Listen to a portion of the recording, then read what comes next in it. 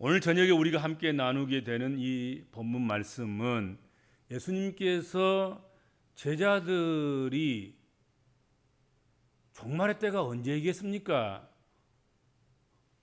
언제, 어느 시대에, 어느 시기에 이와 같은 일이 있겠습니까?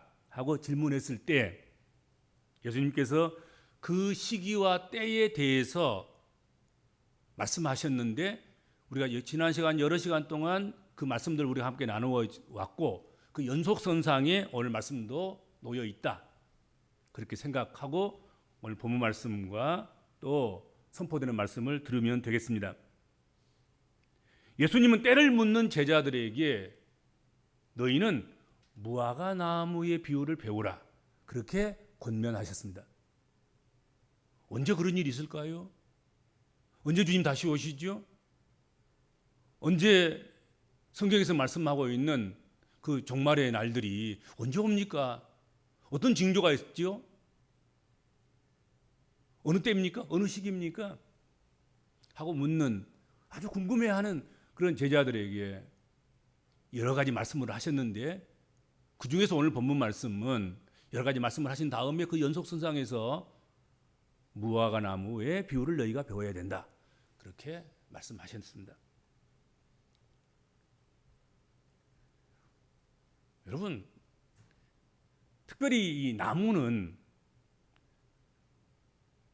특히 계절이 있는 나무는, 계절적인 그런 요소를 가지고 있는 그 땅의 나무들은 새싹과 함께 연한 가지가 나오고 또 계절에 따라서 그 색깔과 그 모양이 변화가 오고 변동이 옵니다.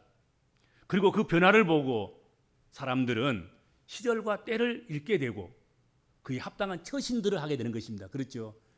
예, 나뭇가지에 잎사귀가 떨어지면 가을이 깊어지는구나. 겨울 준비를 해야지. 그리고 겨울 준비를 하고 그리고 어느 날 깨어보니까 나무에 새순이 돋고 새싹이 돋아난단 말이죠. 이게 봄이 왔구나. 그러면 이제 봄에 맞는 일들을 하고 무성한 가지가 생겼네. 여름이 왔구나. 그래서 봄 준비를 하고 여름 준비를 하고 뭐 이러는 것 아니겠습니까? 특별히 여러분 성서 시대를 생각하셔야 됩니다. 성서 시대는 오늘의 시대가 아닌 거예요. 요즘은 시계가 집집마다 여러 개가 있어가지고 시계 귀한 줄 몰라요. 또 있는 시계도 다 버리게 되잖아요. 요즘은 옛날에 아날로그 같은 시계들은 막 얼마나 비싸게 주고 샀습니까? 그거 시계 하나가 한 달 월급하고 같은 그런 시계들인데도 불구하고 지금은 그냥 배터리가 나간 채 그냥 여기저기 지금 있을 거예요. 그냥 서랍에도 들어 있고 어쩌려고 모르겠어요. 그게 너무 아까워서 버리도 못하고 안 버리자니 쓸모도 없는 것이고 지금은 그러잖아요. 달력 요즘 달력도 귀하질 않아요. 근데 성서 시대는 일단 시계가 없는 거예요. 그렇죠? 달력도 없어. 스케줄을 적어서 이렇게 해나갈 그런 것이 없는 거예요. 전혀 없어. 그냥 하늘만 바라보는 거지요. 그리고 땅을 바라보는 거지요. 무슨 변동이 있는가 그거에 따라서 그것을 시계로 삼고 그것에 맞춰서 생활해 나가는 거지요. 이런 자연의 변화를 보고 시간을 읽고 때를 읽고 시절의 흐름을 읽고 대비하는 것, 그것이 성서시대의 생활이었다 하는 것입니다. 성서시대로 가서 그 문화를 우리가 이해하면 오늘 그냥 본문 말씀도 쉽게 이해할 수가 있는 것이죠.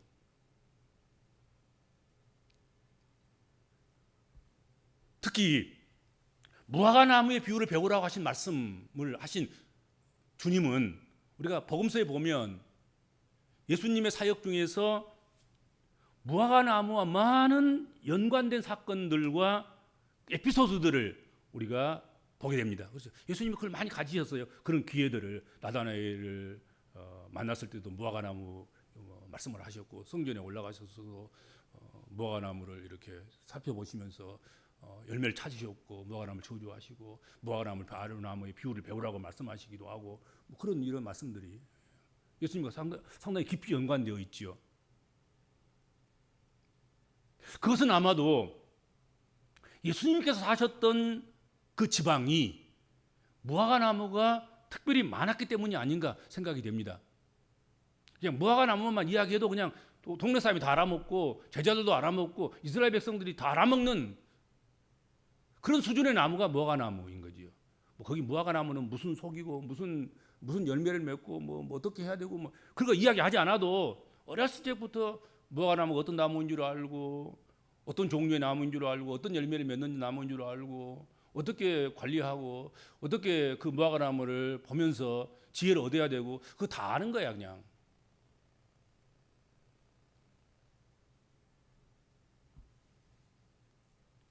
그리고 예수님의 말씀을 듣는 청중들이 무화과나무를 가까이에 두고 있었을 것이라 그런 생각을 하는 것, 그것은 의심의 여지가 없습니다. 예수님도 무화과나무를 가까이 하셨을 것이고 가까이 무화과나무가 있는 곳에서 생활했을 것이고 그 말씀을 듣는 청중들도 역시 무화과나무를 가까이 있을 것이고 가까이 무화과나무가 그들의 삶 속에 늘 곁에 있었을 것이다 생각이 됩니다. 예수님께서 많은 진리를 특별히 하나님 나라에 대해서 말씀하실 때 비유를 사용하셨습니다. 특별히 예수님께서 사물을 들어서 비유를 말씀하실 때 대부분 자기 자신과 그리고 청중들의 주변에 아주 가까이 있는 가까이 주어진 그런 사물들을 비유로 사용하셨음을 우리는 잘 알고 있습니다. 뜬금없는 이야기 한 번도 하신 적이 없어요. 근데 그것을 다시 재설명해 줘야 할 만큼 그런 낯선 사물을 사용하지 않으셨어요. 비유로 그 어떤 것들도 생활 주변에서 늘 보고 듣는 것 가운데서 늘 격언이나 속담이나 뭐 그런 뭐 이야기 속에 등장할 만한 아침 뉴스에 올라올 수 있는 뭐 그런 것들을 가지고 대부분 비유로 말씀하셨고 상징으로 대부분 그렇게 말씀하셨죠. 그렇죠. 하나님 말씀을 전할 때 이렇게 너무 어렵게 전할 필요가 전혀 없는 것이 사실은 예수님께서도 특별히 어렵게 전하신 적은 없었어요. 별로. 그렇죠. 그냥 가까이 있는 사물들 무화과나무가 여기도 있고 저기도 있고 그러니까 그 무화과나무를 보라고 거기서 배우라고 그렇게 툭 던져서 건면하시는 거지요.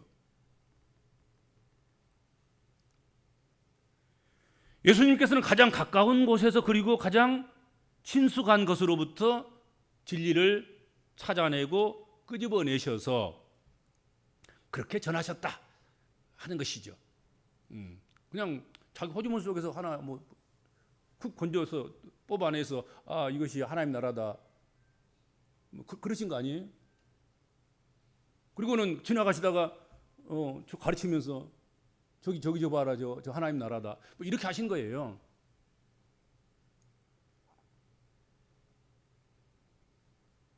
멀리 있는 그런 이야기 해보았자 한 번도 보지 않았던 것 그걸 가지고 이야기해 보았자 잘 알아먹지도 못하고 관심도 없을 것이기 때문에 아마도 그렇게 하지 않았나 생각이 됩니다.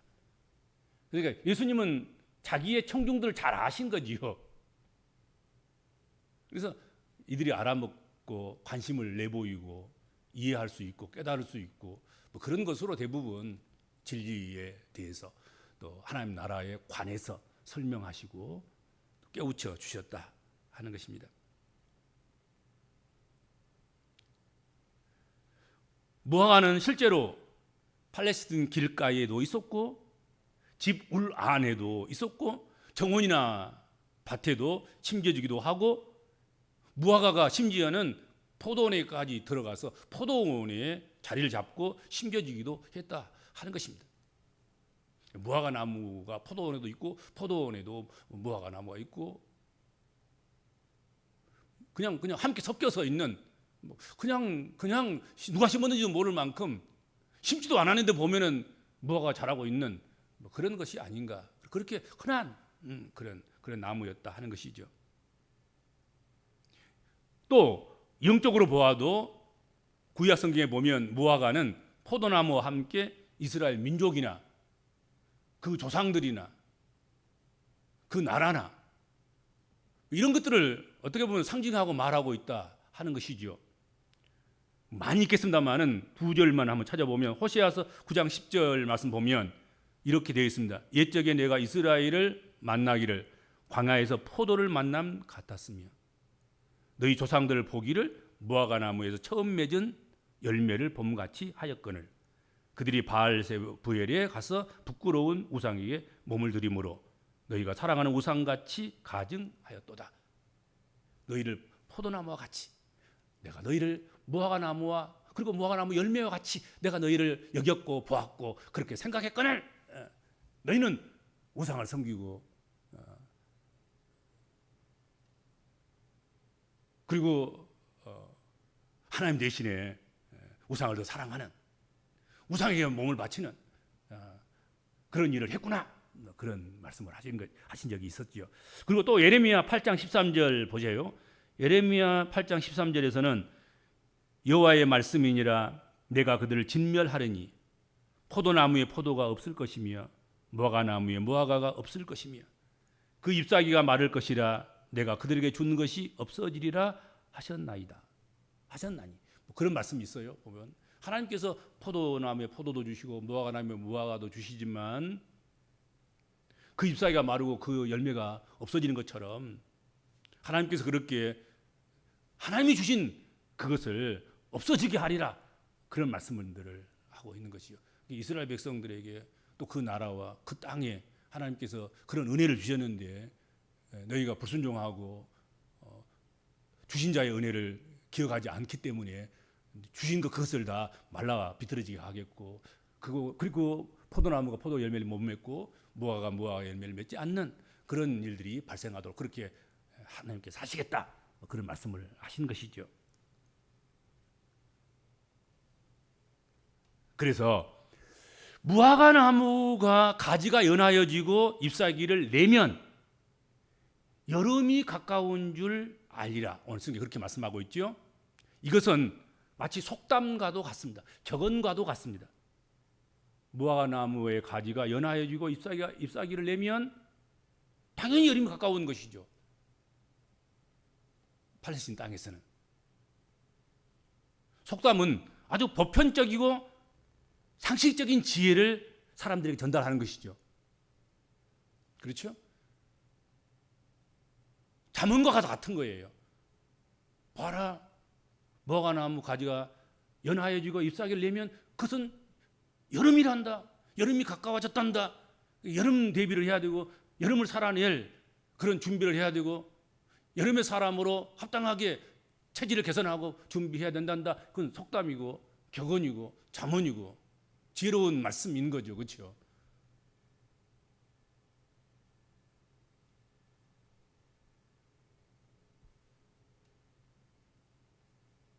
무화과 나무 가지를 보면서 이스라엘 백성들은 계절을 준비할 수가 있었다 하는 것이죠.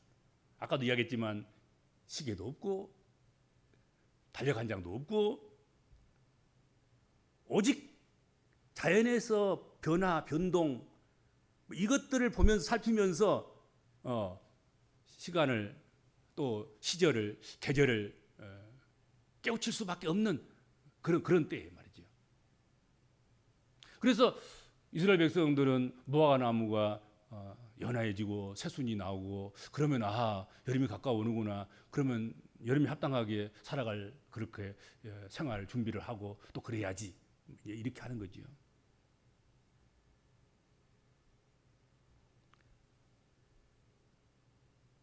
천기의 징조를 통해서 지혜를 얻듯이 무화과 나무의 변화를 보면서 그 변화가 주는 의미를 깨우치고 배우고 또 그렇게 처신하는 거지요. 지혜로운 사람은 무화과 나무만 보고도 내가 어떻게 처신해야 될 것인가, 내가 무엇을 해야 될 것인가. 특별히 이스라엘 백성들은 유목민들이고 또 뭐 정착한 또 정착민들도 있을 것이고 대부분 뭐 1차 산업이죠. 농축산, 농업을 하든지 아니면 뭐 축산, 짐승을 키우든지 그 정도의 삶을 살아가고 있는 거예요.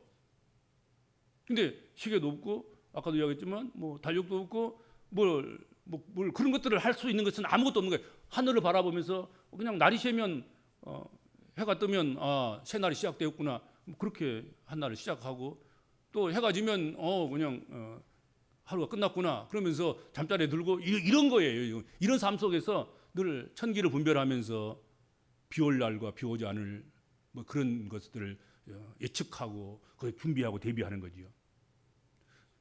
날의 길이에 짧고 긴 것을 통해서 뭐 이런 것들을 통해서 예비하고 준비하고 또 풀 한 포기 나무 한 그루 그런 연한 순들 또 그들의 변화 이걸 바라보면서 그걸 지켜보면서 삶을 늘 예비하고 준비하고 처신들을 해가게 되는 것 아니겠습니까? 거기서 배우는 거지요.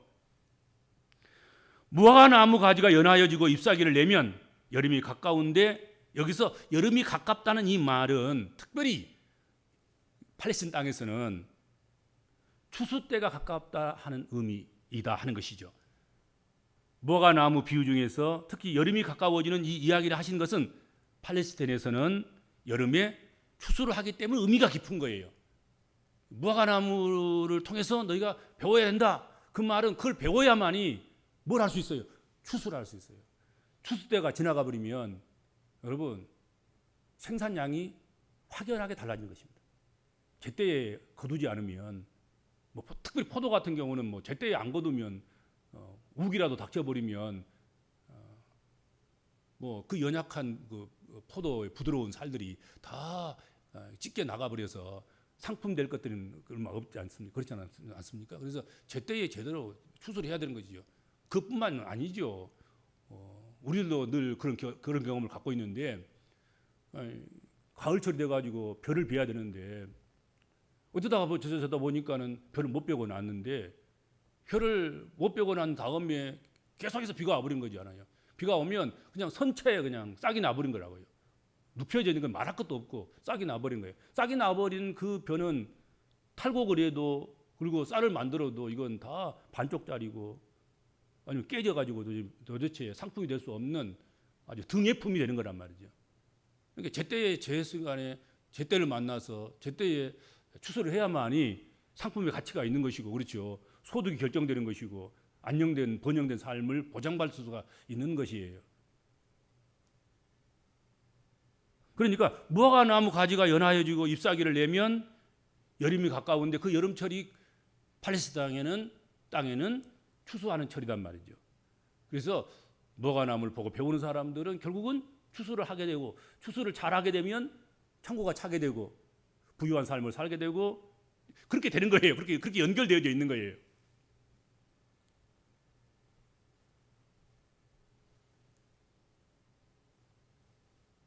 팔레스틴에서는 무화과 나무의 잎을 보고 여름이 오는 것을 누구나 상식적으로 압니다. 그러면 팔레스틴 사람들은 서둘러서 추수 준비를 하게 되는 것입니다. 그러니까 이 무화과 나무의 비유는 추수 때를 예비하라는 뜻이다. 그렇게 해석해도 틀리지 않습니다. 추수 때를 예비하라는 것이죠. 그리고 이 추수 때는 실제적으로 이스라엘 백성들이 곡식을 추수하는 때일 수도 있고 또 그렇게 해석해도 되고 하지만 더 나아가서는 영적인 추수 때를 말씀하고 있다 하는 것이죠. 지금까지 앞에서 이야기했던 예수께서 제자들에게 말세의 징조들 뭐 이런 것들을 설명하시고 답변을 주시고 한 그 모든 것들 그런 일이 일어났을 때 이것은 무화과 나무가 가지가 잎사귀가 연약하게 이렇게 올라오는 그런 철이 아니냐. 그때를 보거든 추수 때 가까운 줄 알라. 그런 의미이기도 하는 거지요. 그래서 영적 추수 때를 말하기 때문에 주께서 가까운 줄 알라는 그런 의미가 되기도 하고 종말의 때가 가까운 줄 알라. 그런 의미이기도 하다 하는 것이죠. 이 비유의 의미는 아무런 준비 없이 돌발적으로 임하시는 주의 임재를 갑자기 맞이하는 그런 어리석음에서 탈피해야 됨을 말씀하고 있는 것이죠. 아무 준비도 없이 그냥 그렇게 맞는 계절의 변화 또는 종말의 때, 그것이 또 예수님의 재림이라면 예수님의 재림의 때 그때를 의미한다, 그렇게 생각할 수도 있겠다 하는 것입니다. 무화과나무를 보면서 유대인들이 추수 때를 준비한 것처럼 우리는 시대의 징조들을 통해서 임박해오는 종말과 또 인자의 날을 예비해야 하는 것이다 하는 것이죠. 이 비유를 통해서 주님은 하나님의 자녀들과 그의 교회를 깨어있게 하려는 의도에서 이 말씀을 하신 것으로 생각합니다.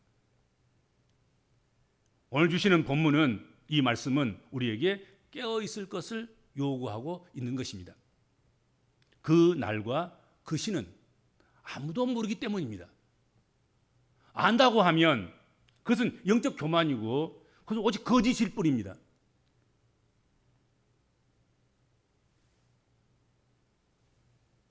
지금까지 오늘 이 시간까지 예수 재림에 대해서 때와 기한을 말한 사람들은 다 거짓말했습니다. 한 사람도 그걸 맞추지 못했습니다. 그렇게 맞추도록 주께서 우리에게 지혜를 주시거나 지식을 주지 않는다.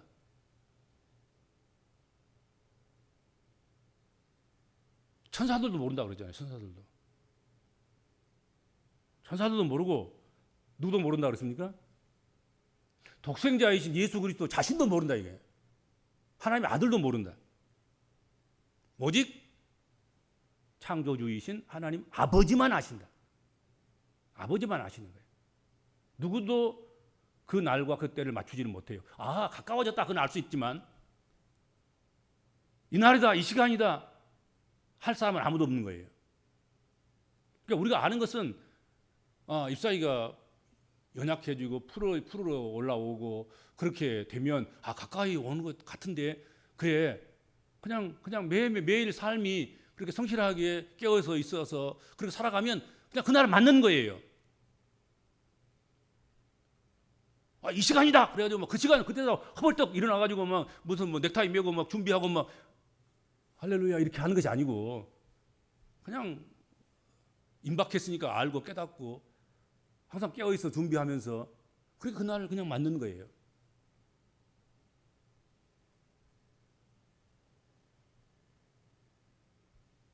천사들도 모르고 독생자도 모르는데 아버지만 아시는데, 근데 중요한 것은 막상 그날과 그 시가 오면 몰랐다고 핑계할 수 없도록 하나님은 믿는 자에게 그 징조만큼은 분명하고 확실하게 보여주시겠다 하는 뜻입니다.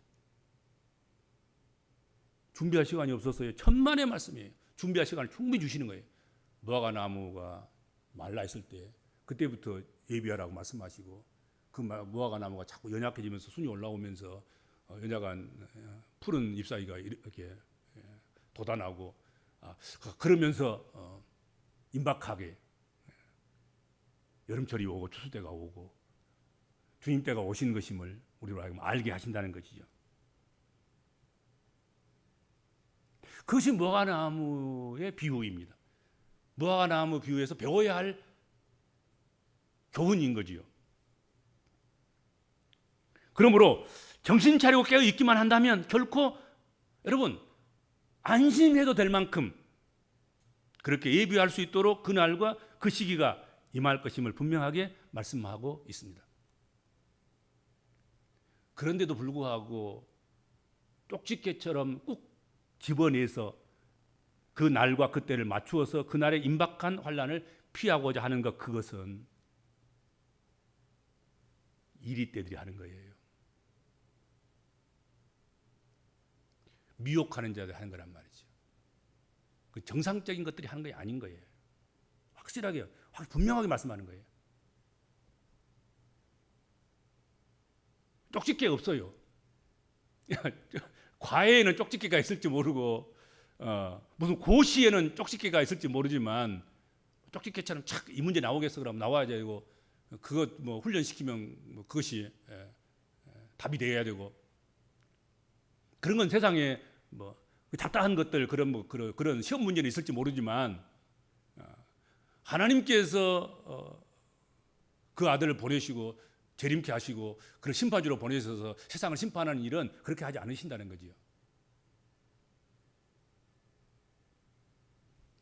종말이 가까울수록 불신풍조와 이기심이 더욱 만연할 것입니다. 자기들만이 인자의 올라를 안다고 여기저기 미혹할 것입니다. 그게 지금 계속해서 24장이 말씀하고 있는 것, 그 내용 아닙니까? 그렇죠? 미혹하리란 말이에요. 거짓 선지자들, 거짓 예언자들이, 거짓 종들이 나타나서 나는 안다, 나만 안다. 하나님께서 나만 천사를 통해서 내가 알려줬다. 그러니 이날이다. 뭐 다 갖고 모여라, 뭐 이러고 말이지.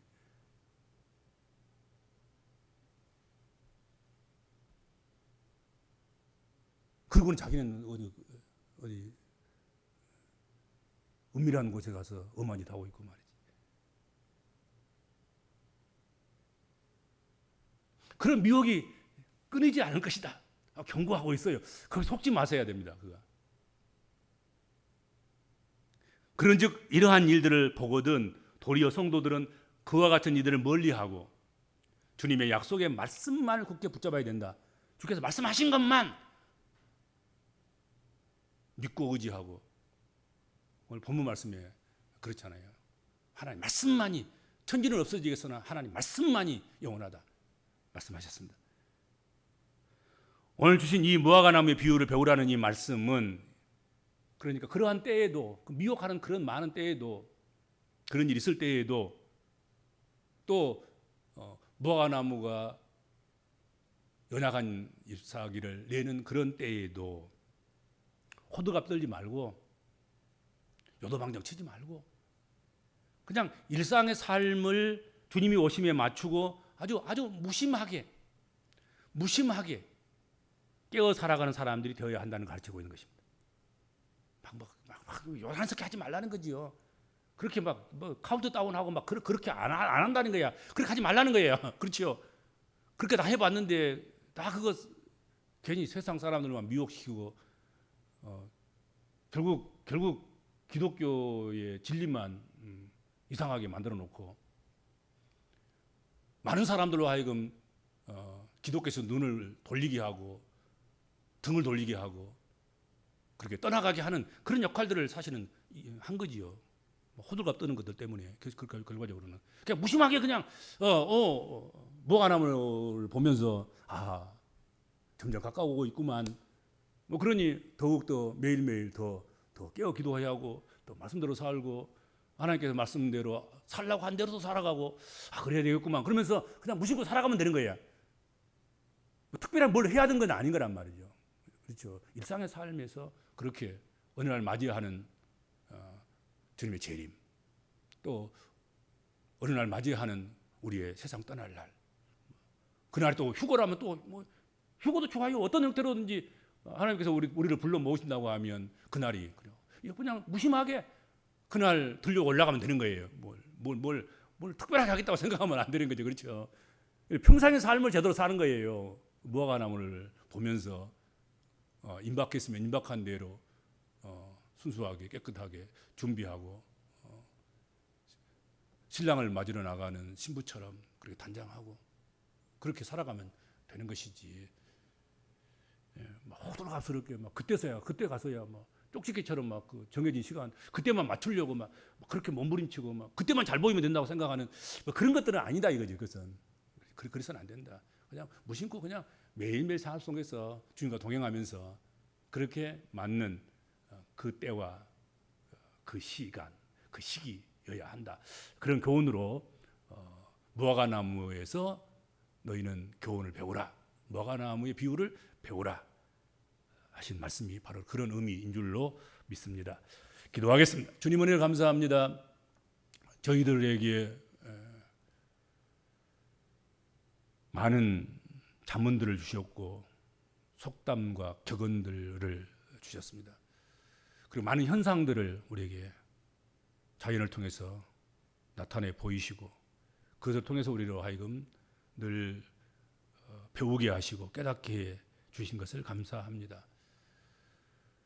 하나님께 주시는 여러 사인들을 보면서, 징조들을 보면서 우리가 늘 깨어 기도하게 하시고, 늘 깨어 말씀에 합당한 삶을 살게 하여 주시고, 늘 하나님을 맞이하기에 부족하지 않는 늘 예비된 신부처럼 자기를 잘 단장해 나아가는, 그렇게 무심코 하루하루 살아가는 그런 삶이 되도록 주의 백성들을 일거수일투족 한 시간 한 시간 모든 삶을 그렇게 인도하시고 그렇게 붙잡아 주시고 축복하여 주옵소서. 예수님의 이름으로 간절히 기도하옵나이다. 아멘.